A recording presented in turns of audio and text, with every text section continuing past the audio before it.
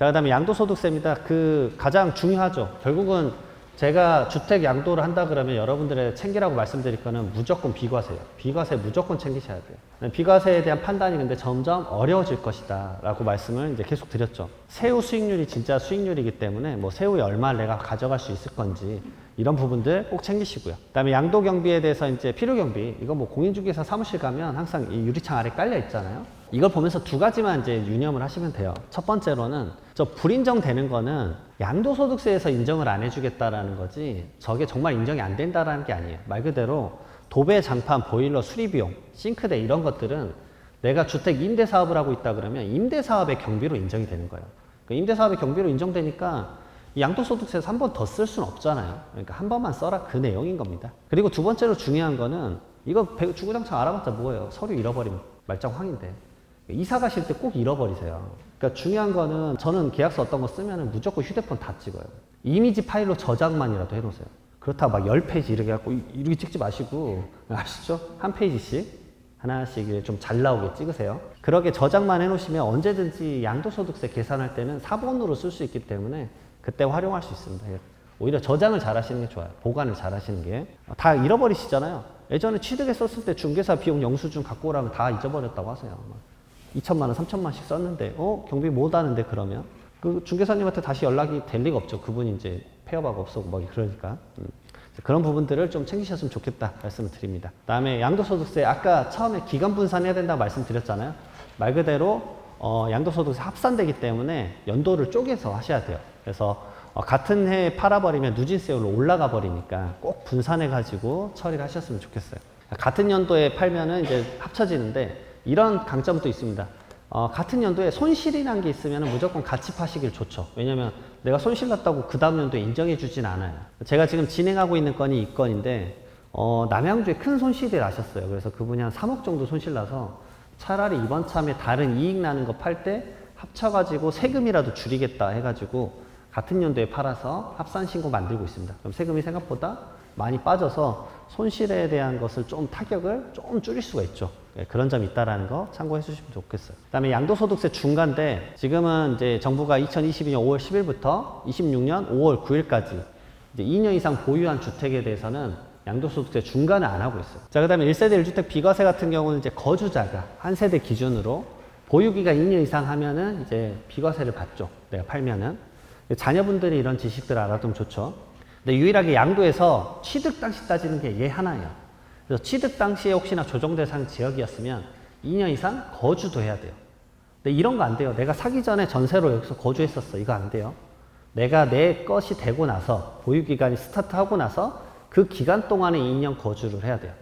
그러면은 12억 초과 부분에 대해서 세금이 좀 발생하지만 12억 원까지는 세금이 0원이다. 12억 넘어가도 아까 제가 말씀드렸지만 생각보다 세금이 확 줄어요. 그리고 이제 하나 더 말씀드릴 게 세대 분리예요. 왜냐하면 자녀분에게 뭘 해주고 싶다, 자녀에 대한 증여나 상속 고민이 많으신데 자녀가 그러면 지금 나랑 같이 안 살고 있지만 자녀가 그럼 나랑 다르니까 나도 주택 하나, 자녀도 이번에 주택 하나 해주면 그럼 자기가 첫 주택이니까 취득세 중과세 안 내는 것 아니냐라고 하시는 분들이 많은데 다 그렇지가 않아요. 왜냐하면 세대 구성의 이제 분리 요건이 갖춰지지 않으면 자녀가 떨어져 살아도 자녀도 나와 주택수를 같이 한다는 거예요. 요게 제일 위험해요. 그래서 나는 자녀가 이미 나랑 떨어져 사니까 나 주택 하나니까 팔면 비과세 받겠지 했다가 비과세 못 받고 세금을 많이 내는 그런 케이스가 발생할 수 있어요. 근데 1번, 2번 요건은 요즘 거의 좀 힘들어요. 1번 요건은 우선은 이제 자녀가 결혼을 잘 안 하니까. 그리고 다 상담 오시는 분들이 자녀가 20대예요. 이제 막 사회초년생이거나 대학교 이번 학기에 졸업해요. 이런 분들인데 30세 이상이 안 됐잖아요. 그러면은 나이 요건도 안 됐기 때문에 자녀가 떨어져 살아도 같은 한 세대예요. 그렇기 때문에 그나마 할 수 있는 건 이제 세 번째 요건을 지켜야 돼요. 결국은 자녀를 일터로 몰아 넣으셔야 된다. 돈을 벌어야 돼, 얘가. 너가 돈을 벌어야 된다. 막 채찍질을 해야 돼요. 보시게 되면 기준 중위소득의 40% 이상을 벌어야 되는데 대부분 자녀가 1인 가구일 형태가 많잖아요. 그러면은 100만 원은 벌어야 되는데 사실상 실무는 또 그렇지 않다는 걸 말씀드리고 싶어서 그래요. 100만 원 정도 벌면 되는 게 아니라 결국은 독립성을 갖출 수 있느냐를 봐요. 그래서 독립성을 당신이 갖출 수 있느냐. 말 그대로 이런 케이스가 있었어요. 몇 년 전 케이스인데 자녀가 한 140인가 벌었어요. 140? 150? 근데 자녀가 살던 월세집이 80만 원. 그러면은 걔가 과연 한 5, 60만 원으로 생활비를 어떻게 썼을까? 차비만 10만 원 쓰고 뭐 통신비 10만 원 쓰고 삼각김밥에 라면만 먹었나? 이게 불가능하다고요. 그래서 열어봤더니 아까 말했던 그 있잖아요. 엄카 찬스를 쓴 거예요. 엄마 카드 쓴 거예요. 그러면 독립성이 없다 그래가지고 자녀의 주택도 포함해가지고 내 비과세가 깨져서 세금이 8억이 나와요. 그 얼마 때문에 그렇게 될 수도 있다고요. 여러분들 당연하지만 자녀 세대 분리해놨는데 제가 또 케이스 말씀드릴게요. 68평에 사셨어요. 자녀랑 단 둘이.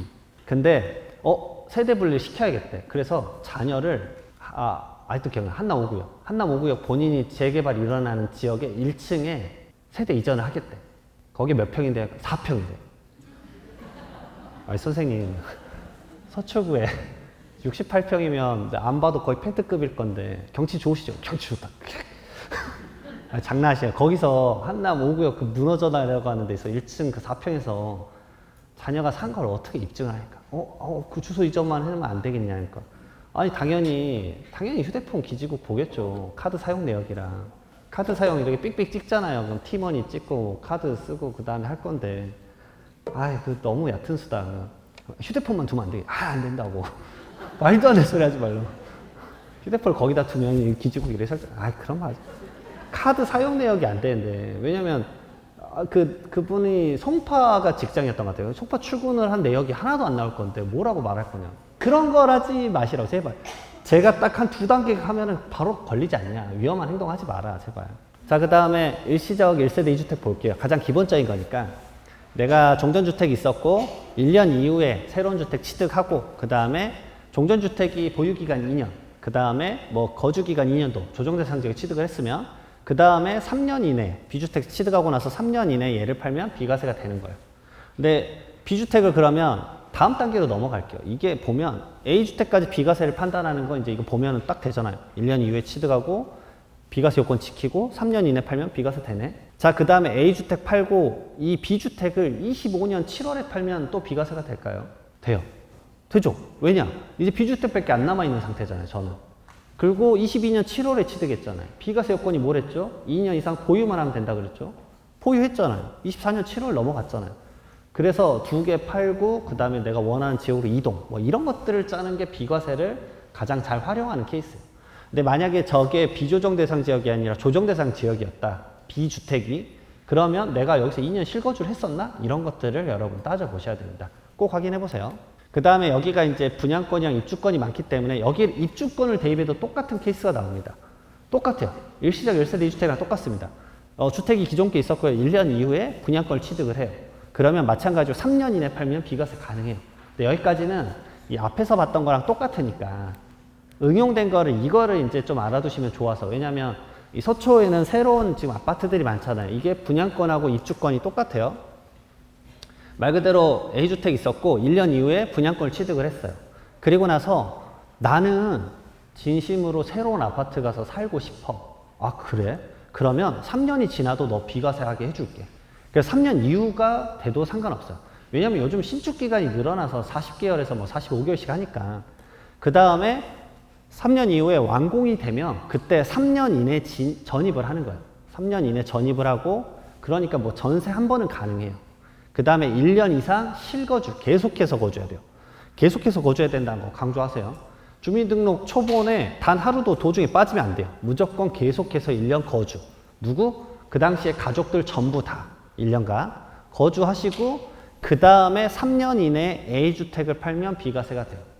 이거를 그러면은 어차피 똑같은 비과세인데 내가 이걸 왜 알아야 되냐? 두 가지죠. 3년 이내에 못 팔았을 때 케이스 하나와 두 번째로는 이렇게 하면 얼추 시점 보세요. 거의 6년, 7년 이후에 팔아도 되잖아요. 그래도 A주택이 비과세가 되잖아요.